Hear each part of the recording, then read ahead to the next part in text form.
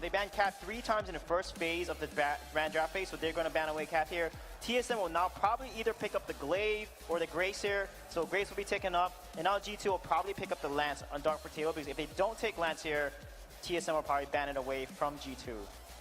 And Lance is such a strong pick for G2, as we talked about earlier, because of the fact that it can be flexed into the jungle for Dark Potato or played as the captain for Keanu Nakoa. So there's plenty of options there, but they're going to go ahead and grab the Idris instead.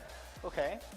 So this is an interesting draft coming on through. Obviously, really valuing that carry going on into the lane. And I'm curious to see where TSM go with this ban, whether they do decide to just remove the Lance from the equation. Yeah, I think they probably will. It makes a lot of sense because Lance with Idris is very strong.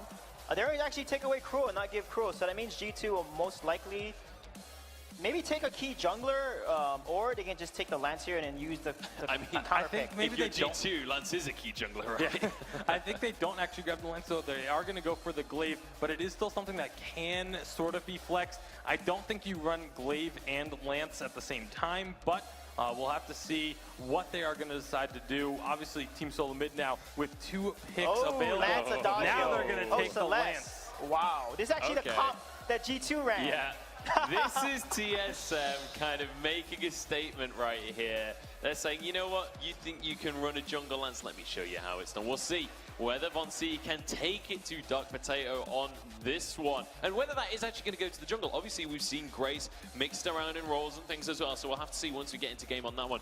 G2 with the final pick. How do you go into this comp that they did so well with yesterday? I think Captain Baptiste would make sense here if they know how to play it. They can also try Arden and potentially use the gauntlets to really force and kill and target down the Celeste. Like a EU is really known for like the Glaive afterburns into a gauntlet, for example. Dynasty did that extremely well this season, so that could be an option as well. They can also go with Finn, because Finn is extremely good into a Grace and a Lance, because he offers just so much CC, and you have a weapon in Glaive along with the CP. And yep, the Finn's gonna come out right there. All right, so Finn for G2 Esports. Keanu Nakoa going to be grabbing that one for himself, and we have our compositions locked in, which means we are just about ready to kick off the first game of this last quarter final. TSM going to be going up against G2 Esports. How are we feeling about the compositions here, guys? What are the win conditions right now? Yeah, win conditions is TSM needs to get to the late game, scale, and Celeste can just outpoke and outrange them. G2 needs to get Finn to land some nice force accords and then kill either the Lance or the Celeste, preferably the Celeste. And it's going to rely a lot on this Idris being able to stay safe through the early game and get to that 2-item spike before Celeste is able to. It's always difficult to land incredible force accords when you're against a captain as accomplished as Flash X. It's one of those abilities that is so often crucibled, and it's often a crucible burner, but it's time to get on into this series. It's time to start things off and pass it up to our casters for the last series of the day. TSM versus G2. It's time to get this one underway. It's going to be a great one. Seed 6 EU versus Seed 1 NA. Couldn't be any bigger of a disparity as far as seedings are concerned. That is true, but at the same time, G2 looked great yesterday, and this is the only team to have historically taken a game off of a North American team, sorry, a series off of a North American team. So if anyone has the ability to do it, I mean, at this point, you gotta believe in G2. They're the last European team left in the tournament. Yeah, not only are they the last European team in the tournament, but they are a team that almost has something to prove after their summer season, where they just did not prove that they were the top European team after spring. So this is a time for them to shine for sure, to become the North American Killers, a title that would live on in Vainglory for years, you would feel, for G2 especially. As we jump onto the Halcyon Fold, Action Jackson, I'm excited to be calling this one of you. Oh man, it's gonna be a great game. Team Solo Mid, obviously this is a team, you know, we were talking a lot about G2 in that intro, but this is a team with a wealth of experience and accolades behind them. They're very, very strong. They had a great regular season, as they pretty much always do. So G2 really does need to bring the heat here. Now, let's talk a little bit about the draft, Dowsey. Obviously, G2 Esports played the exact draft that Team Solo Mid is running in this game one yesterday in their series against Mousesports. It is a statement, like the analysts were saying. Team Solo Mid knows that they want to get them, they want to get in their heads a little bit and maybe make this one happen early on. They are mixing it up a little bit, though. Von C's going for the Grace, and actually it's Flash on the Lance. So they're not playing it exactly the same way. G2 might have even had this in their heads more so, right? Like they might have been planning for that Lance in the jungle because they felt like, oh, this is what we did. Yeah, no, it's a statement to take the composition, but for sure TSM going to be switching things up.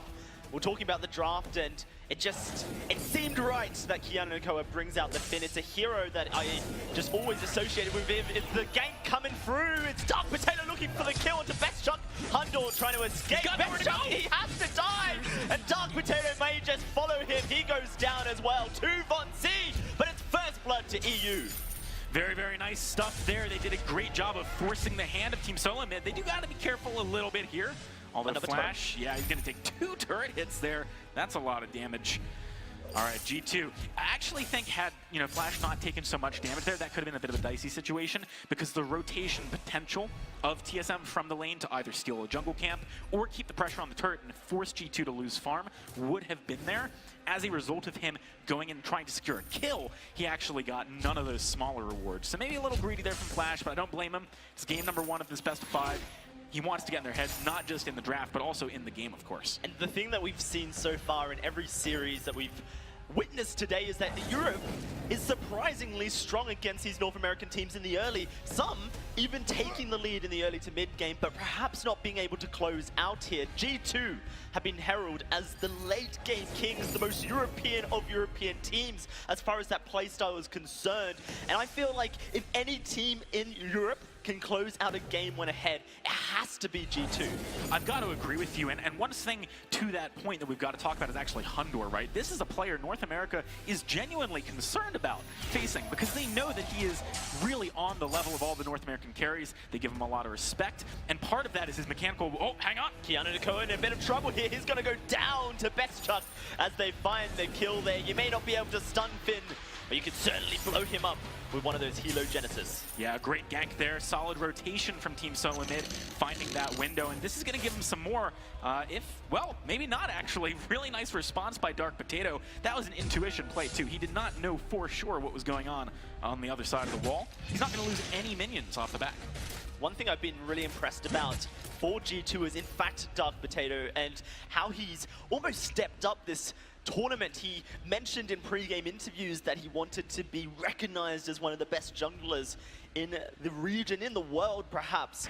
And one of the things that I would personally say about Dark Potato is that perhaps in the spring season when we saw him at London and before, he was maybe a bit more passive than the other European junglers. But since then, since we had our first Unified Western Live Championships over in London, it seems like Europe have kind of woken up in the jungle, and Dark Potato certainly is one of those guys. Look at that tier 3 item timing coming out of Best Chuck. Around 340, he picks up an Eve of Harvest. It's going to be really hard for G2 to make too many plays in the lane, especially without mortal wounds. As a result, I do expect Team Solo Mid to spend a decent amount of time there just shoving in the turret, making it hard for G2 to farm and make rotations to do anything proactive in the jungle, because that's certainly something that a Glaive might like to do. If they force him to go to the lane, that also makes a lot of space for Von C to roam around, get early farm. If he can hit an early 2 items earlier than on curve, that means he's going to blow people up when he dashes in with Retribution. Oh, here comes Dark Potato. He's not even going for Best Chuck. Aims for Flash X, but Flash X just walks away like it was nothing. Hundor showing so much respect right now in the lane as this Idris already picked up the light shielding. This matchup, the Celeste into Idris, is a hard one. Dark Potato actually finds a Flash X, but he's not going to go for anything too spicy. He does pick up that tension bow. Yeah, maybe if he'd picked that up right before Flash appeared, different story. But, it's pretty difficult for G2 to capitalize on bad positioning from Team Solo Mid right now. They don't have the Quibble stun that you get once you overdrive that. So Keanu Nakoa is basically just a slow, and maybe he's going to give your team a bit of health, but it's not a tremendous amount. Right at the beginning of the game, like level 1, Quibble does a lot of damage. At this point, it's starting to fall off, especially on someone like Flash, who's building towards a fountain and has a lot of that shielding. It's very difficult to make the damage stick from him. So overall, G2 Esports, we've been talking about European teams in the early game.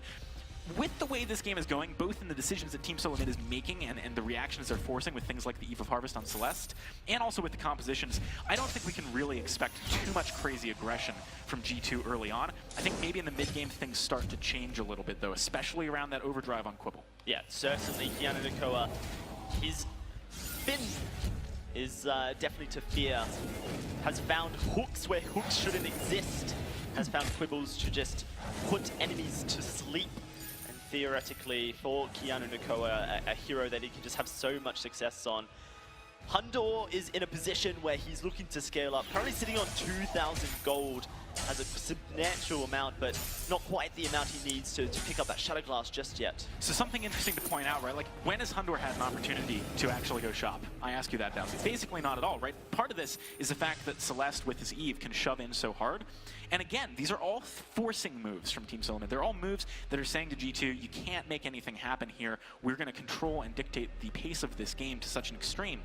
Now, with him finally finding a window to go back and do something, and he does have that Shatter Glass now, things again, this is a power spike that maybe G2 can use to turn things on their head a little bit.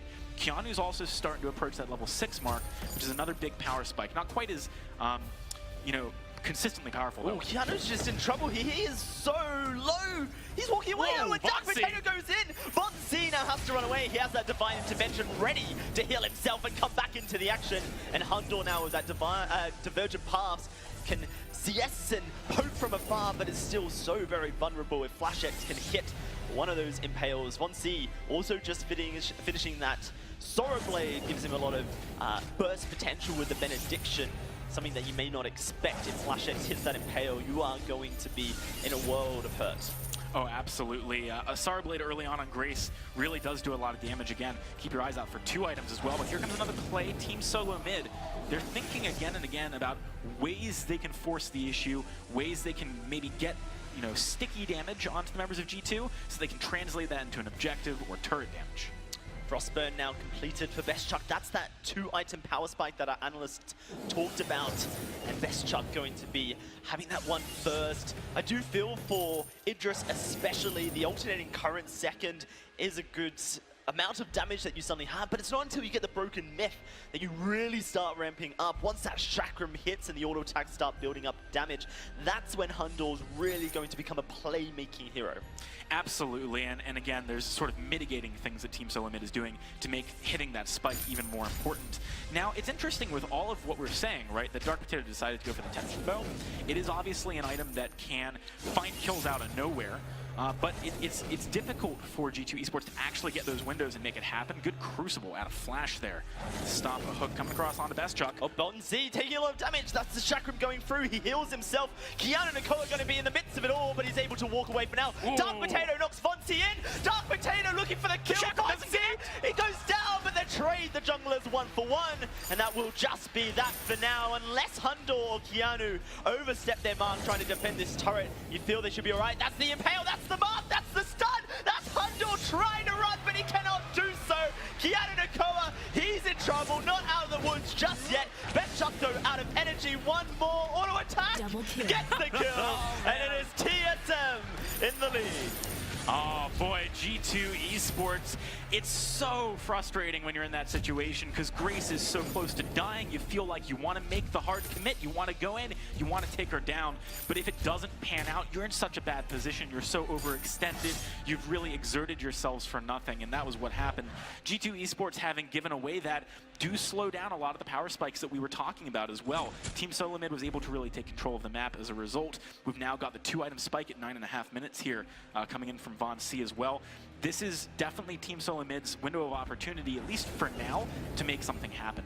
Once the power spikes we've been discussing for G2 actually arrive, they're going to have to take a step back for a second. But later on in the game, Team Solomid also hit a very strong point. Huge item disparity we'll talk about in a second because Dark Potato is just caught out. Impale doesn't connect. Oh, in fact, blocked up by Dark Potato. Good mark there, but now TSM going to move in and try and take this turret. This power spike is what causes this turret to fall down. It's clockwork.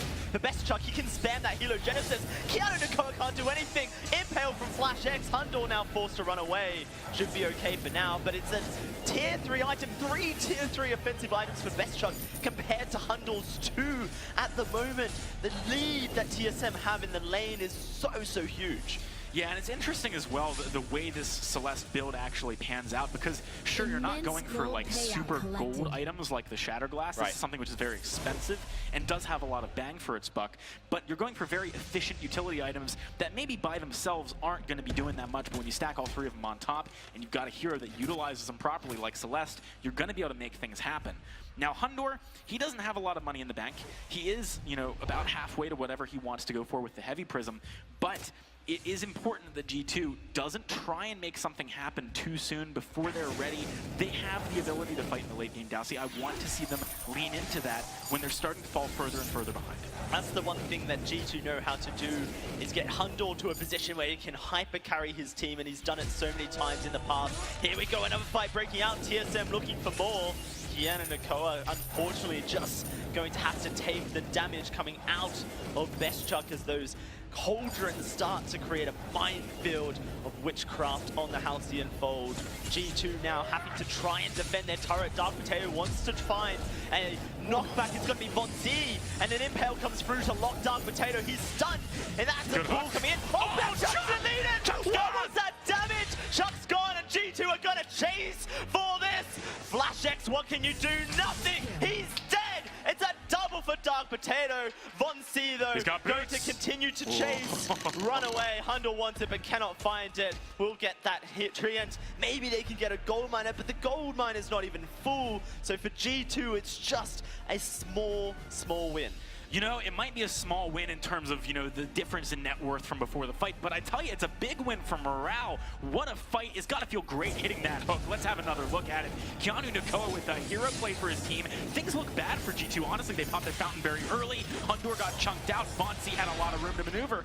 But Von C, it is notable he actually popped that ultimate on the Flash, not on the Best Chuck. That damage reduction from the shield could have been a difference maker there, Dowsey. Certainly could have, and it's so hard to pop that Divine Intervention onto the right target when everyone is just stacked up. That's what Finn Ultimate can really do, is just put the heroes on top of each other, and Flash X on this lands such a huge hitbox. There's that broken myth coming out for Best Chuck and A. At 13 minutes, he has 4 offensive blue items. Hundor is just got the gold coming up in just a second to finish his 3rd CP item, being the broken myth. But that is when Idris starts to hit like a train.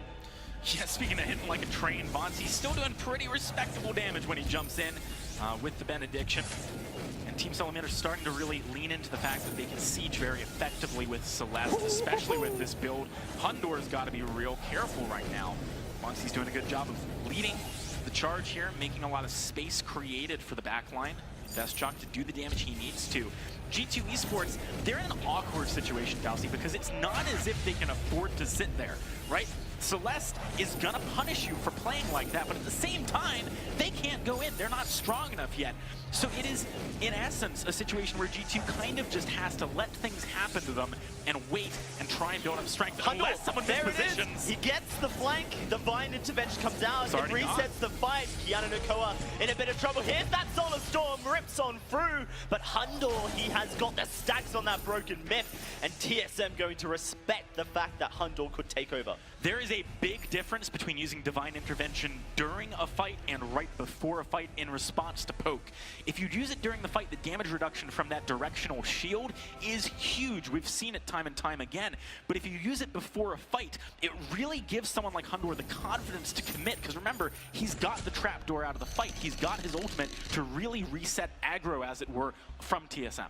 Certainly does. We're rounding this time now, AJ, the scary point for all these European teams. Yes, they may do all right in the early and mid game, but my fiance, the Kraken, that sounds weird, it's coming onto the Halcyon Fold to show up and really become a point of contention. TSM so far have forced and rooted their way forward, but now with a Kraken to do so, they're wanting a fight here. Hundor, he is currently stuck on the front line, has to roll away. Knocked up against the wall. He's in a bit of trouble here. Gonna Shimmer Strike to try and survive. Throws that Chakram out. Does a ton of damage. Flash X is in trouble. He goes down. The Solar Storm, though, so huge. And it's gonna take down Hundor where he stands. G2 are forced to fall back here. That was almost great for G2. They really just needed to spread out after they managed to pick up the kill onto Flash. One thing I gotta point out, what is with Hundor's damage all of a sudden? You were talking about the broken myth, right, Dowsey? When Flash is building things like an Atlas Pauldron, which you do need against an AC on the Hundor there, you're still not really having the resist you need. Whoa, Keanu! Yeah, Keanu's just dead here. What is that damage? Best Chuck is just doing so much work with Vonsi as well. He's got himself the Tyrant's monocle. We're gonna have to see that one again, AJ, to work out what happened. Yeah, it was a great, opportunistic play from Team Solo Mid, but at the same time, look at Best Chuck's positioning. He does stay quite far back, trying to commit mostly on a Keanu, but then he realizes that's going to put me in danger of Dark Potato. I've already had a Crucible on my team burned, so I've got to be very careful about where I stand. Now here, this was beautiful, absolutely. Team Solo Mid doing a great play there from Best Chuck, but we also need to see G2 react properly in those situations, and a Kraken during that replay picked up from Team Solo Mid. Not a great response from G2, actually. I mean, I think they were up during that. We were watching the replay. I can't be 100%.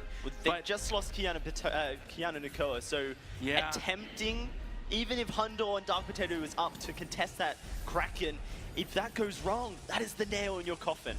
That is true, but at the same time, when you give Kraken to a team with Celeste on it, you're doing a lot worse than giving it to many other types of compositions, because she can really use the Kraken as an anchor and just pivot around it, laying down the siege damage. Oh, forces the hand of G2 a little bit. Best Chuck with the block. Great stuff coming out. That's the double. That's the echo.